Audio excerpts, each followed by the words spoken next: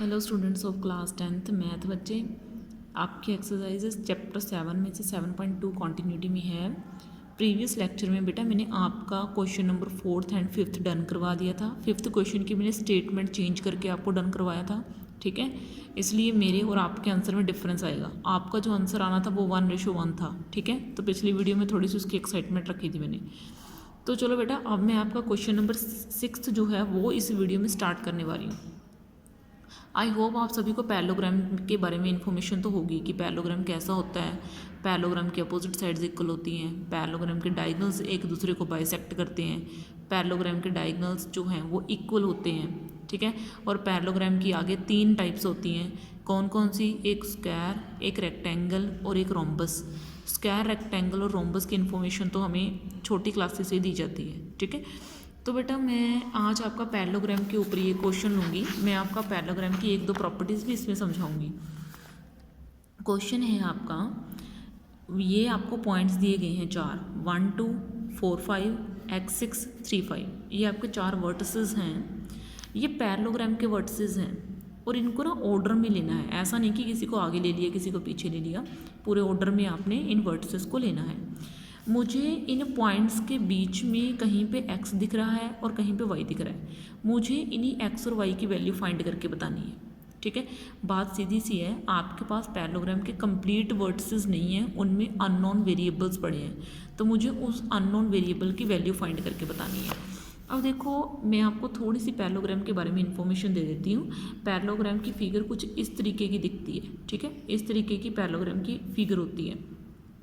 Parallelogram की 1-2 properties के बारे में भी आपको समझा देती हूँ। पैरेललोग्राम की 2 से 3 खासियत ये है कि पैरेललोग्राम की अपोजिट साइड्स इक्वल होती हैं। पैरेललोग्राम की अपोजिट साइड्स इक्वल होती हैं। पैरेललोग्राम के डायगोनल्स इक्वल होते हैं। पैरेललोग्राम के डायगोनल्स इक्वल होते हैं और पैरेललोग्राम के डायगोनल के मिड पॉइंट्स भी इक्वल होते हैं। पैरेललोग्राम के डायगोनल के मिड पॉइंट्स भी क्या होते हैं? इक्वल होते हैं। एज वेल एज पैरेललोग्राम के डायगोनल्स एक दूसरे को बाइसेक्ट करते हैं। बाइसेक्ट का मीनिंग क्या है कि एक दूसरे को एग्जैक्ट एक पॉइंट के ऊपर इंटरसेक्ट करते हैं, उसको बाइसेक्ट बोला जाता है, ठीक है।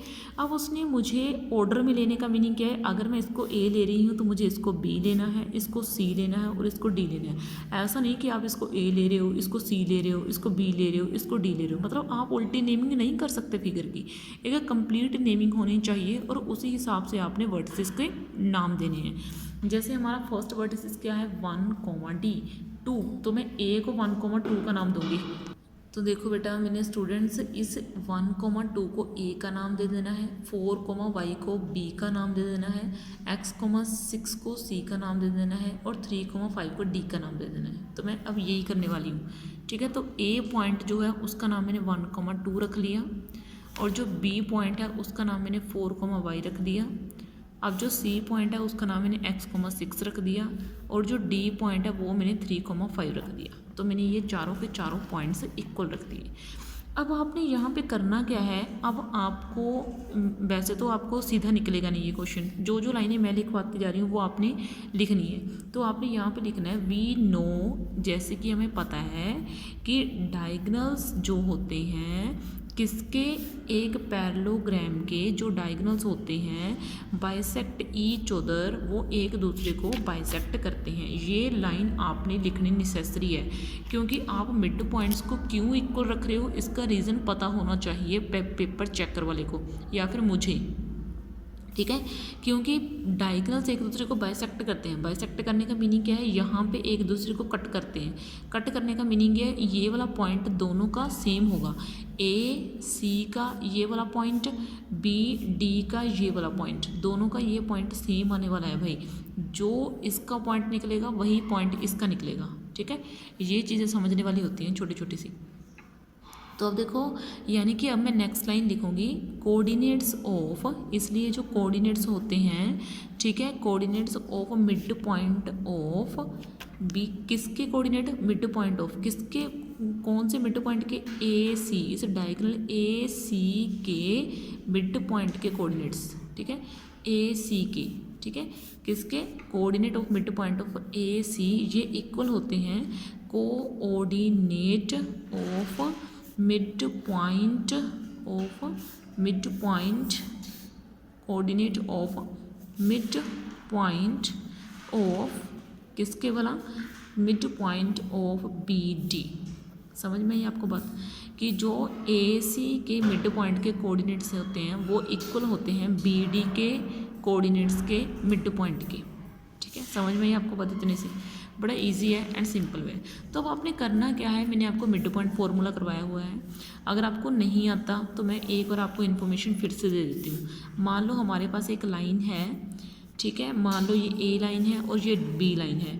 इसके पॉइंट मान लो x1 एंड y1 है, x2 और y2 है। इसके बीच में एग्जैक्ट बीच में एक पॉइंट पड़ा होता है जो इसको बिल्कुल दो इक्वल पार्ट्स में डिवाइड करता है, उसको मिड पॉइंटर बोलते हैं। और मिड पॉइंटर को निकालने का फॉर्मूला क्या होता है, x is equal to x1 plus x2 divide by 2 and y is equal to y1 plus y2 divide by 2। ठीक है, ये होता है हमारा मिड पॉइंट को निकालने का फॉर्मूला। ठीक है, तो अब मुझे करना क्या है, इस क्वेश्चन में मुझे ए सी के मिड पॉइंट निकाल के बताने हैं एंड बी डी के मिड पॉइंट निकाल के बताने हैं। तो मैं सबसे पहले मिड पॉइंट निकाल के बता रही हूँ आपको, किसके, ए सी के।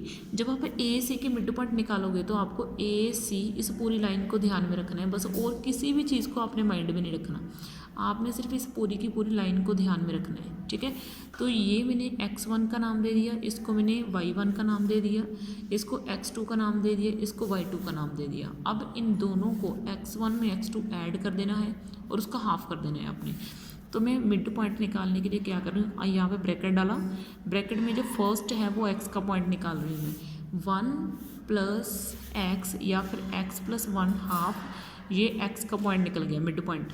ठीक है, पहला मिड पॉइंट निकल गया। अब सेकंड मिड पॉइंट क्या आएगा, 2 प्लस 6 या फिर 6 plus 2 half, 6 plus 2 divide by 2। तो ये मेरे ए सी के मिड पॉइंट निकल जाएंगे, x प्लस 1/2। ठीक है, ये कितना आ जाएगा 8/2। तो ये कितना आ जाएगा x प्लस 1/2 एंड 4। तो ये मेरे ए सी के मिड पॉइंट निकल के मेरे पास आ गए। तो अब मुझे नेक्स्ट क्या करना है, अब मुझे बी एंड डी के मिड पॉइंट निकाल के बताने हैं। ठीक है, तो अब मैं क्या करूँगी, मैं mid points of B D निकालूंगी। ठीक है, तो मुझे क्या करना है, mid point of B D जो है वो निकाल के बतानी है। ठीक है, तो mid point of B D के लिए मुझे क्या करना है, मुझे बी एंड डी के पॉइंट का ध्यान रखना है। ठीक है, बी एंड डी के मिड पॉइंट का ध्यान रखना है। तो मैंने इसको x1 मान लेना है, इसको y1 मान लेना है, इसको x2 एंड y2 मान लेना है। तो मुझे पहला पॉइंट निकालने के लिए क्या करना पड़ेगा, पहली वैल्यू में इसकी पहली वैल्यू ऐड करनी पड़ेगी, यानी कि 3 प्लस 4 डिवाइड बाई 2। ठीक है, तो ये मैंने करा 3 प्लस 4 डिवाइड बाई 2, फिर कोमा डाल के ये 5 प्लस 4 डिवाइड बाई 2। ठीक है, 5 प्लस जो है आपका, सॉरी बेटा ये y है आपका, तो 5 प्लस वाई डिवाइड बाई 2। ठीक है, तो ये मेरा दूसरा निकल के आ गया, 5 प्लस वाई डिवाइड बाई 2। अब मैं इसको थोड़ा सा सोल्व किए देती हूँ, which is 7/2 and 5 plus Y by 2। ठीक है, आई होप कि आपको मिड पॉइंट समझ में आ गए होंगे। तो मैंने दोनों के मिड पॉइंट निकाल दिए। अब स्टेटमेंट क्या बोलती है कि हमें दोनों के मिड पॉइंट्स को एक दूसरे के इक्वल रखना है। ठीक है, तो मुझे क्या करना है, दोनों के मिड पॉइंट को एक दूसरे के इक्वल रखना है। तो अब मैं क्यों ना इन दोनों के जो मिड पॉइंट्स निकाले हैं उनको कंपेयर कर दूं, ए सी के मिड पॉइंट को। ठीक है, यानी कि mid point of A C को क्या कर दूं, कंपेयर कर दूं किसके साथ, mid point of B D के साथ। और कंपेयर क्यों कर रहे हैं इसका मैं आपको रीज़न बताती हूँ। ठीक है, तो ए सी के मिड पॉइंट तो ये रहे भाई, x plus 1/2 is equal to 4। इसका आंसर अभी आपको खुद ही मिल जाएगा कि मैंने क्यों कंपेयर करे पॉइंट्स। सेकंड है आपका 5 प्लस वाई बाई 2। अब आप खुद सोचो, इधर से x वाली वैल्यू इधर की x वाली वैल्यू के इक्वल होगी। अब मैं x को y के इक्वल थोड़ी ना रख सकती हूँ, यहाँ पे x y है और यहाँ पे x y है, तो ऑब्वियस है x x के इक्वल होगा और y y के इक्वल होगा। इसलिए मैंने मिड पॉइंट्स इक्वल रखे ताकि मैं वैल्यूज़ को कंपेयर कर पाऊँ। ठीक है, क्योंकि अगर मेरे पास वैल्यूज़ कंपेयर हो जाएंगी तो मेरे पास x और y की वैल्यूज़ निकल जाएंगी। ठीक है, तो इधर से मैंने x प्लस 1/2 को इसकी फर्स्ट वैल्यू 7/2 के इक्वल रख दिया, ठीक है। बीच में मैं लाइन लगा रही हूँ, एक तरफ मैं x की वैल्यू निकाल के बताऊँगी और दूसरी तरफ आपको y की वैल्यू निकाल के बताऊँगी। तो ये मैंने डाल दिया x + 1/2 which is equal to 7/2। अब 2 से 2 कैंसिल हो गया। अब कुछ बच्चे पूछते हैं कि मैम आप सीधा कैसे कैंसिल कर सकते हो। अगर आप सीधा कैंसिल नहीं करना चाहते तो लो भाई, मैं ये वाला स्टेप करके बता देती हूँ आपको, ठीक है, क्रॉस मल्टीप्लाई करने वाला। क्योंकि कुछ बच्चों को प्रॉब्लम आती है कि मैम ये सीधा कट कैसे हो गया, तो मैंने क्रॉस मल्टीप्लाई ही कर दिया और आपकी दिक्कत ख़त्म कर दी, ठीक है। तो x + 1 को इधर रखा और ये 2 इधर डिवाइड हो गया, तो देखो इस तरीके से कैंसिल हुआ ये, ठीक है। मतलब मन में किसी भी चीज़ का आपके पास डाउट नहीं होना चाहिए कि ये चीज़ क्यों हो रही है, आपको उसका रीज़न पता होना चाहिए। तो अगर यहाँ पे +1 है यानी कि, तो इधर जाके किस चीज़ के हो जाएंगे -1, क्योंकि सिटीजनशिप चेंज करनी है इसने अपनी, ठीक है। तो ये आपका x = 6 बन जाएगा। तो इधर से मेरा x निकल गया। तो वैसे ही तो मैं y की वैल्यू कंपेयर कर सकती हूँ, सेकंड से इसका सेकंड कंपेयर कर सकती हूँ। तो 4 = 5 + y/2। अब इसको क्रॉस मल्टीप्लाई कर दीजिए। बिल्कुल ना आपके लेवल की ईजी कैलकुलेशंस हैं। अब यहाँ से +5 इधर -5 ले आइए भाई, तो ये आपका किसके इक्वल हो गया, y आपका 3 के इक्वल हो गया। तो मेरा पॉइंट क्या निकल गया, 6 और 3 मेरे x एंड y की वैल्यूज़ निकल गई और मुझे यही सिर्फ आपको निकाल के बतानी थी, ठीक है। तो इस वीडियो में बेटे मैंने आपका ये क्वेश्चन कवर कर दिया और मैं ना आपको एक क्वेश्चन होमवर्क के लिए दे रही हूँ। आपका वो क्वेश्चन मैं ऑनलाइन वीडियो में कवर नहीं करने वाली, ठीक है। बहुत ईजी क्वेश्चन है, इसके ऊपर ज़रा अपना दिमाग लगाना, 7th क्वेश्चन, ओके, ठीक है। ओके देन, थैंक यू बच्चे।